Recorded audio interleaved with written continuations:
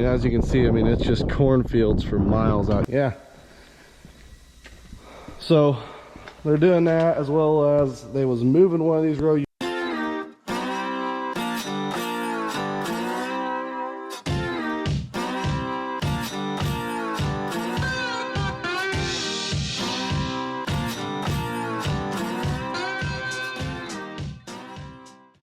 It's kind of like after hours, I know, but there ain't nobody here, so I figured I'd show you guys what you guys in the shop are doing. So they got the DB60 pulled in here, and it's getting a new tank put on it. That tank there has a hole wore into the side of it, like right up in here. So we're putting a new one on it, and they're gonna try and bolt it down and everything. I think they'll do that tomorrow. Sadly, this is the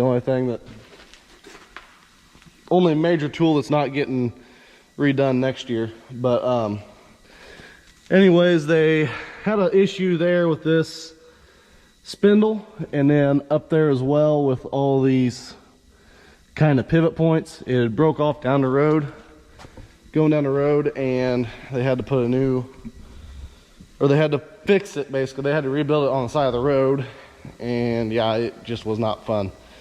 But these are the tires that go on it. They're huge. I mean, that's a size 12 boot right there, and there's still more there. So there's 2 of them on each side, and yeah, so they're doing that, as well as they was moving one of these row units and fixing it, because we have to replace a bunch of these parallel arms, we think, for next year. So that's on the list, as well as there was something else too. I'm not really sure, but we really are not done with this planter yet. We will not unhook this planter until after the 4th of July, if not later than that. Mainly because you never know if you're gonna have to replant, what water's gonna come up, or anything like that. The corn planter is put away now, and the only reason the corn planter is put away and this one isn't is because we are not allowed to plant corn or replant corn after June 7th or June 6th, something like that. It might be June 5th. I can't remember exactly what the date is. But we got a new one of these on the way as well.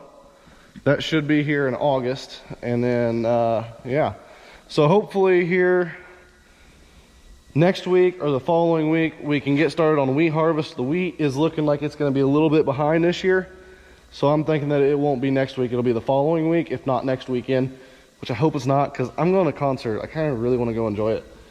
But yeah, so that's just kind of one of the things that's happening here.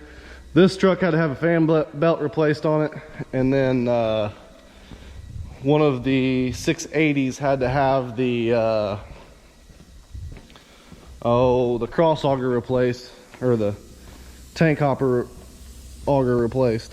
So they took it out. It's sitting right there. They're gonna work on it. I don't know if we're gonna rebuild it or put a new bearing in it or what, but that's part of the plan there. And then also that 680, we have to put a new joystick in it, so that's also on the list for it. Yeah, that's about it. Oh, and we did end up getting the new Heggy boom, so that'll be later on in this video if I can go up there, and or if they got it put together or whatever they got to do to it. So we got to wait on some software and some other things before we can do too much. But yeah, anyways, I was up here, I'm working on my razor, so I figured I'd go ahead and tell you guys a little bit about what's going on in the shop. Not a whole lot really, just kind of some small things for now. So I'm over here in Illinois this afternoon, looking around at some crops. Not really seeing too terribly much today, so that's a good sign, but I don't know, kind of just enjoying the view. Also guys, I don't know if you heard me in the last video or not, but my razor is up for sale. If anybody wants it, you're more than welcome to ask for some details on it. But I have found a Kawasaki KRX that I want, so I'm going to go ahead and get it instead. Change some things up a little bit, but I don't know. Don't know exactly yet what I'm going to do. We'll have to see. So Ross got his new Heggy boom in. They're waiting on a crate still with some parts in it. They should be here soon. I don't know when exactly, but they shouldn't be too far out. And we also got some, let's see, what else do we got for problems today? Not really a whole lot.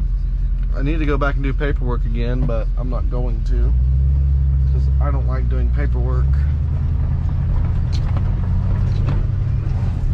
So sometimes what I do is I come out here and I walk some of these fields, but today I'm not really feeling like walking them a whole lot. But usually you can see if you got a problem out there, and for the most part these fields up here look really good. We've been watching them kind of close because we're trying to push them this year again, and we haven't seen any problems with them, so that's always a good sign. I'd rather see no problems than a lot of problems. And yeah, also guys, don't forget about Precision Planting. They do have, or they're still doing them rebates. You buy some new stuff, then you get some rebates on them. Pretty good rebates. You can get up to $400 a row or $300 a row off on them. Pretty good rebates. So yeah, I don't know, what else do we need to discuss? I'm tired, I need a nap.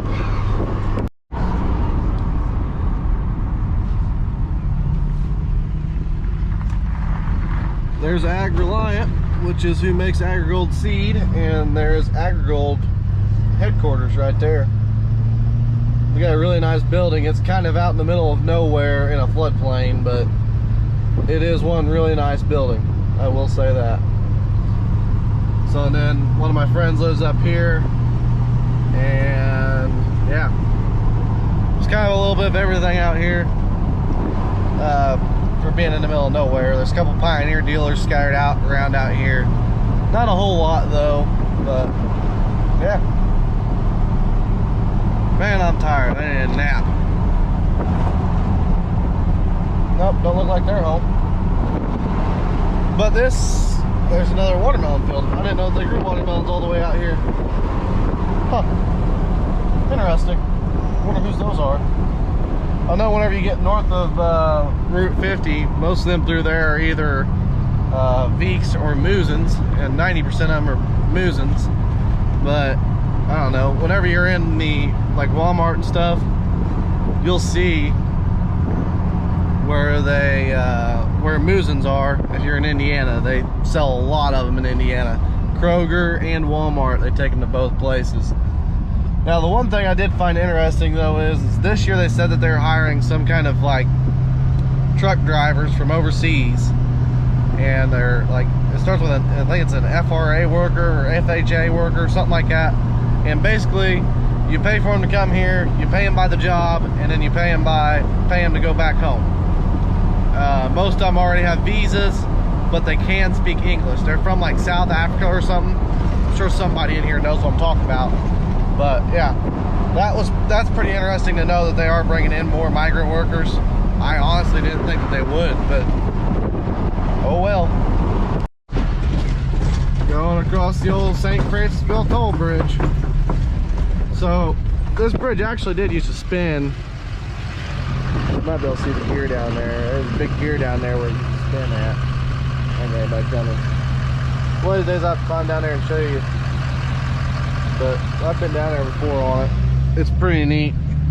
It's basically, this thing would turn around. It's an old train bridge, and the trains would come across halfway, stop, and then they turn the bridge.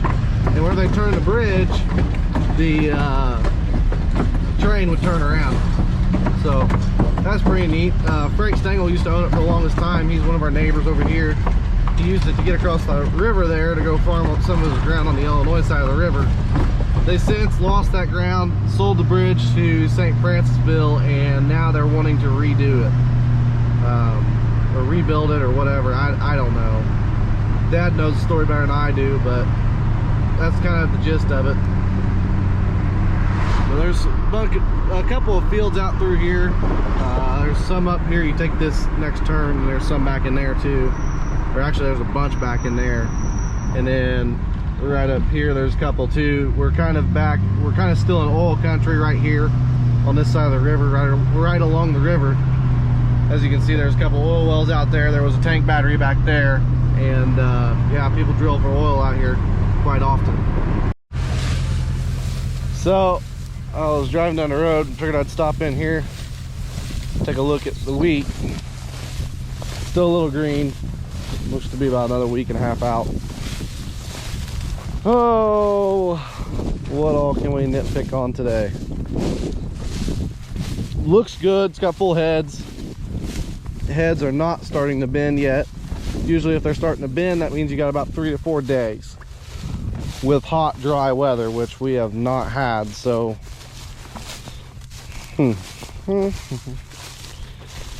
go ahead. Oh no, I knew I should have looked. Head rot. Dang it. So this is why we, yeah, there's some more of it. Or that's something, I don't know what that is. Let me take that to the agronomist. So and more of it. Jeez.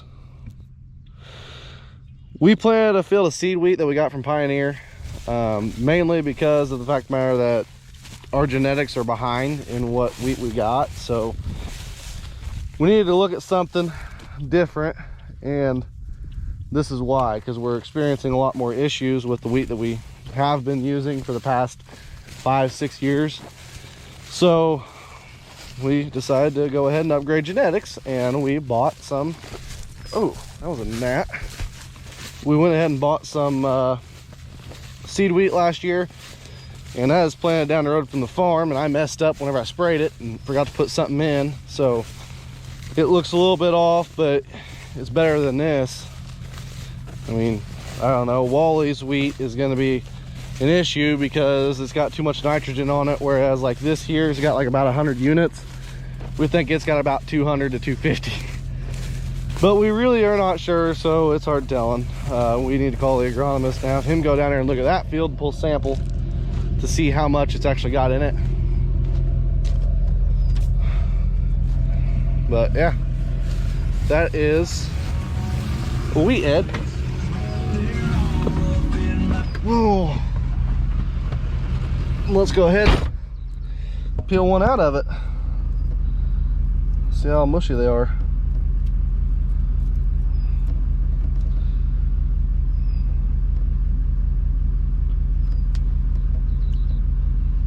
Well, maybe.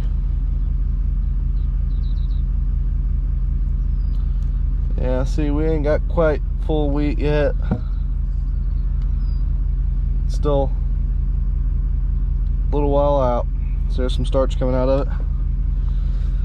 Take that back to the farm for the guys, let them look at it, then run up to the agronomist.